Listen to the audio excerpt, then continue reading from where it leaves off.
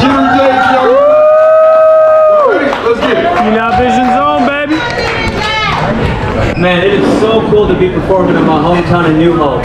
Now, one thing I find really cute about New Hope is anytime you see like someone driving around with a Tesla or something, like that's a big deal over here.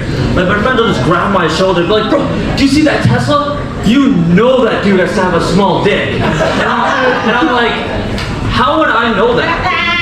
But and it got me thinking, if every person with a Tesla has a small penis, maybe my 4 inches ain't doing it, you know? Like I gotta compensate for a couple inches, you know, I got my own place, I got a loaded bus card, but who I'm really jealous of is people who don't have to compensate for anything.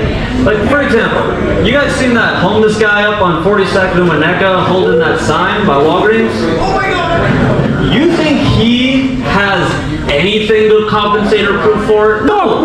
He's not held back by mortgage payments or paying his child support on time. This dude's packing. He doesn't give a shit. We just look like such a happy bunch, right? Like, I feel like you could have just taken a big picture of a Xanax bar and just said show starts at 7 and people probably would have gotten the idea. But if you're trying to make a hard choice, you just gotta stay determined. And one story that always inspires me to be determined is a Monticello folktale from the 40s. Now, back in the day, there was a mafia member, and he was given an impossible task of killing a made man in his neighborhood. He walked up to the house, knocked on the door, and he killed the wrong person. Twice. Now, that didn't stop him. He got up off the floor, he went to the next house, and he aired that bitch out too. And you know, 5 houses down the block later, he finally got his target. Wanna know why? Because he stayed determined and he never gave up. Now, I want you guys to stay determined on tipping your goddamn beer tenders. Thank you to KeenEyeVision. It's great seeing you guys tonight. Of course, Jittery Jaiden.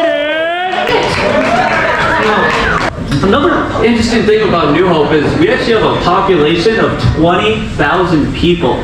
And I looked it up on Wikipedia actually. 85% of New Hope is white, obviously. 12% is black, and then 3% is Asian. Now, what I find most fascinating about that is who comes up with this shit? Like, who's walking up and down the street with a goddamn clipboard just being like, oh, he's black. Oh, that girl's definitely Asian. Like, I think there's way more like concerning things we could be, you know, documenting this town. Like, Monticello has a pretty seedy side to it. You know, like, just this morning, you know, I'm in Monticello and all I see is just tits and ass and just everywhere I look is half-naked women. Like, I had to pull my hat all the way down and walk straight out of the strip club so I could finally feel less creepy. Now, instead of investing all of my time and energy into smoking, now I invest all my time into wanting to smoke instead. I heard one way to really level out your mood during the withdrawals was taking birth control. And so I hit up my homie Birdseed for a couple Plan Bs, and it was kind of weird.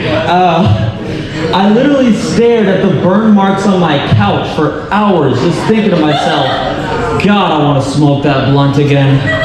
But thankfully, birth control does work. I mean, it's been a couple of months and my couch still isn't pregnant. One thing that always really gets me going with that is people will be like, well, I don't care about the statistics, you know, I don't even see color. And that's a load of shit. Anyone who says they don't see color is going to immediately go home on their phone and look up big black Mongo cock destroys white pussy and shit. And that doesn't make me feel better either, because this town, like I said, there's some dark sides to Monticello.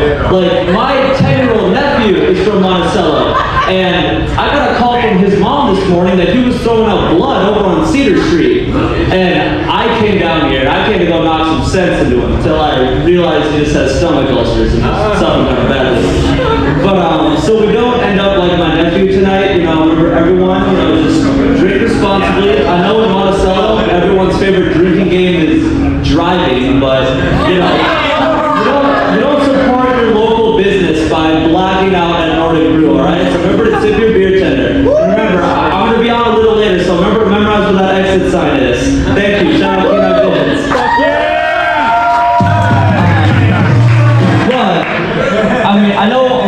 you could relate to hard choices just like that. Like not smoking or not fucking a couch, whatever.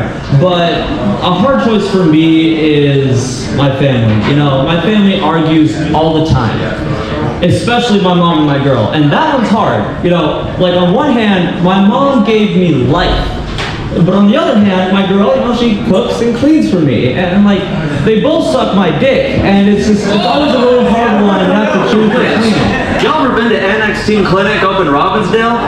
I can tell by looking at it. I know you have. Now, what I really find great about that, I was there a couple months ago for research purposes, and there was this dude just snapping, and he was super pissed because they told him, you know, COVID's on the rise and you gotta wear a mask. And I'm like, why would you get mad about wearing a mask there? Like, that's like the one place I want my identity revealed. Like, who wants to be loud and proud that they're at a goddamn herpes clinic? But Annex is cool. It's where most of us found out we, you know, end up being a daddy. And, you know, being a father is amazing, but what I hate the hype about it. Like, people act like having an unplanned pregnancy is like God's plan. Like, dude, I don't think God came down into that Motel 8 right before your hour was up and just held you down and just made sure you didn't pull out, just demanded you do that. Like, no. But, you know, if it weren't for not pulling out, we wouldn't have basically any of the performers we got here tonight. So, give it up for KeenEyeVision, give it up for National